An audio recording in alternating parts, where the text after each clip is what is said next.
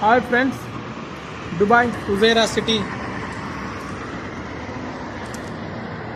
Friends, వాస్తవానికి నిజానికి మన రాజకీయ నాయకులు వాళ్ళు వేల కోట్లు సంపాదించుకుంటారు, కానీ లేనోనికి ఇల్లు మాత్రం కట్టియరు. ఈ పథకాలు ఆ పథకాలు అని చెప్పి వాళ్ళు గద్దెనెక్తారు. బట్ ఉన్నోడే లేనోడి విధంగానే ఏ పార్టీ వచ్చినా అలానే ఉంటుంది.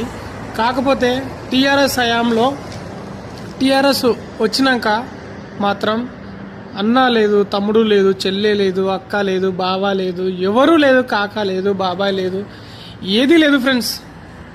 అందరినీ మోసం చేసే వాళ్ళే ఉన్నారు. డబ్బుల కోసం కక్కుర్తి పడి ఎవరిని చూసుకోకుండా తయారయ్యారు ఫ్రెండ్స్. ఈ నెక్స్ట్ ముందడ 10 ఏళ్ళు మాత్రం టీఆర్ఎస్ హయాంలో మాత్రం ఘోరంగా తయారయ్యారు. ఇప్పుడు కాంగ్రెస్ వచ్చినాక ఏం చేస్తుంది? కాంగ్రెస్ మీ మనుషులు అట్లా తయారైనాక, ఫ్రీ పథకాలకు అలవాటు అయినాక, సాగు అయిన భూమికి కూడా రైతు బంధు వేసినాక ఫ్రీ వచ్చేది పైసలు అని చెప్పి ఇప్పుడు వచ్చిన కాంగ్రెస్ని తిడతారు మీరు.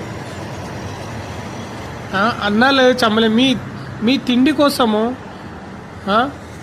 మీరు మాత్రం వేల కోట్లు సంపాదించుకుంటారు. రాజకీయం అయిపోయే లోపల 5 ఏళ్ళల్లో కనీసం ఉన్నోనికి, పూరి గుడిసెలలో ఉన్నోనికి, రోడ్ల మీద బతుకు తెరువు లేక ఆటోలు నడుపుతోళ్ళు, డ్రైవర్లు ఎంత కష్టాలు పడుతురు, ఇల్లు లేక, ఇల్లు కిరాయిలు కట్టలేక ఎంతమంది సఫర్ అవుతురు.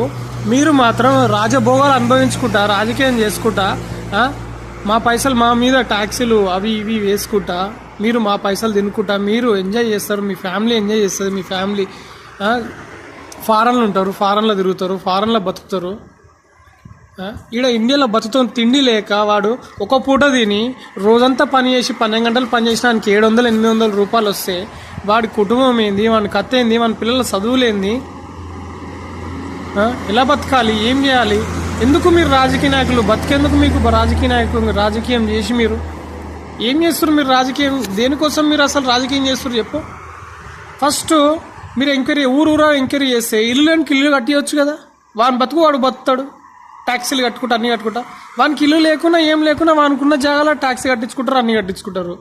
వాని బతుకు తెరివే లేదు సరిగ్గా. వానికి ఒక బిజినెస్ అనేది లేదు, ఒక షాపు లేదు, ఒక దందా లేదు. కూలి చేస్తాడు, 200-300 వస్తాయి. మీకు ట్యాక్సీలు మాత్రం బరాబర్ కడతాడు.